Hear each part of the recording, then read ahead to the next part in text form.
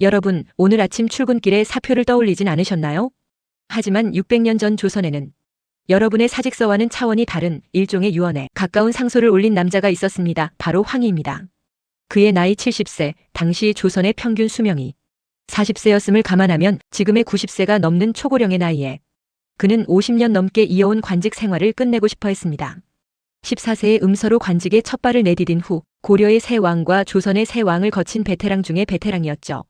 전하, 신은 이제 늙고 병들어 귀가 먹고 눈이 어둡습니다. 걸음조차 제대로 걷지 못하니 제발 저를 놓아주십시오.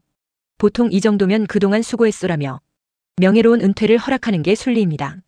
하지만 조선의 CEO 세종의 반응은 현대의 그 어떤 지독한 상사보다 서늘했습니다. 허락하지 않는다. 경은 아직 일을 할 수 있다. 이것은 단순한 고집이 아니었습니다. 국가 경영이라는 거대 프로젝트를 완벽하게 수행하기 위해 세종은 자신의 비전을 실현할 대체 불가능한 인적 자원을 절대 포기하지 않겠다는 지독한 집념을 보인 것이죠. 조선 최고의 성군이라 칭송받는 세종, 그 이면에 숨겨진 무시무시한 인재 관리의 실체를 파헤쳐봅니다. 영상이 기대되신다면 구독과 좋아요 부탁드립니다. 세종의 집요함은 이제부터 시작이니까요. 황희는 포기하지 않고 자신의 신체적 한계를 아주 구체적으로 나열하며 다시 사표를 던집니다. 귀가 먹어 전하의 교지를 듣지 못합니다. 눈이 어두워 서류를 볼 수 없고 허리 통증으로 앉아있을 수도 없습니다. 건망증이 심해 방금 한 일도 잊어버립니다. 현대로 치면 청각시각장애의 디스크, 초기 치매 증상까지 호소하며 은퇴를 간청한 셈입니다. 그러나 세종은 실록에 기록된 대로 가히 충격적인 논리로 이를 맞받아칩니다. 세종은 노신하에게 최고의 예우인 궤장을 내립니다. 하지만 이건 격려를 빙자한 골든 핸드커프였습니다. 내가 지팡이까지 줬으니 죽을 때까지 출근하라는 무언의 압박이었죠. 실제로 세종 15년 71세의 황희는 실록에 이름이 무려 50번 넘게 언급될 만큼 혹독한 업무량을 소화해야 했습니다. 더 무서운 점은 세종의 실리주의적 리더십입니다. 황희가 사위 서달의 살인사건을 은폐하려다 발각되어 감옥에 갇혔을 때 세종은 그를 단 하루 만에 풀어주고 곧바로 좌의정으로 복직시킵니다. 도덕적 결함보다 그의 업무 출력값을 더 가치 있게 여긴 것이지요.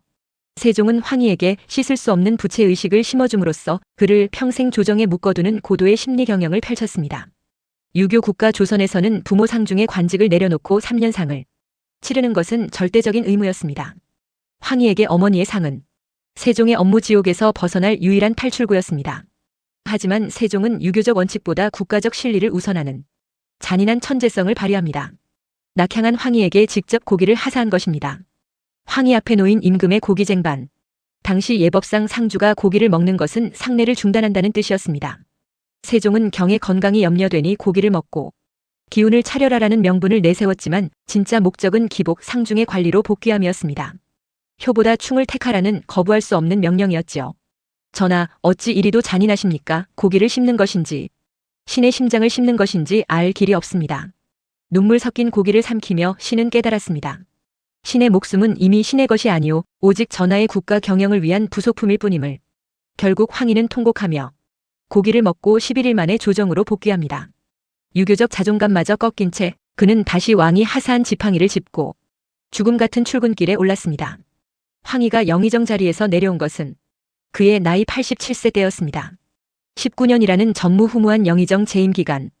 그것은 영광스러운 훈장이기에 앞서 한 인재를 한 방울의 즙도 남지 않을 때까지 짜내어 썼던 세종의 완벽주의적 인재 경영의 결과물이었습니다.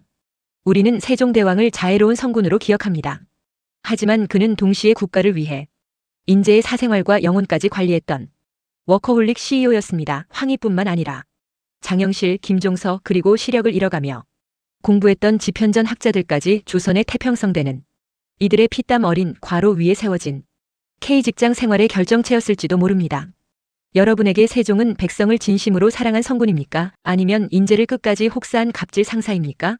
조선의 찬란한 르네상스 이면에 숨겨진 이 묵직한 질문에 대한 여러분의 생각을 댓글로 들려주세요. 오늘 이야기가 흥미로우셨다면 알림 설정 잊지 마시고 다음에도 즐거움이 가득한 역사 이야기로 찾아뵙겠습니다. 시청해주셔서 감사합니다.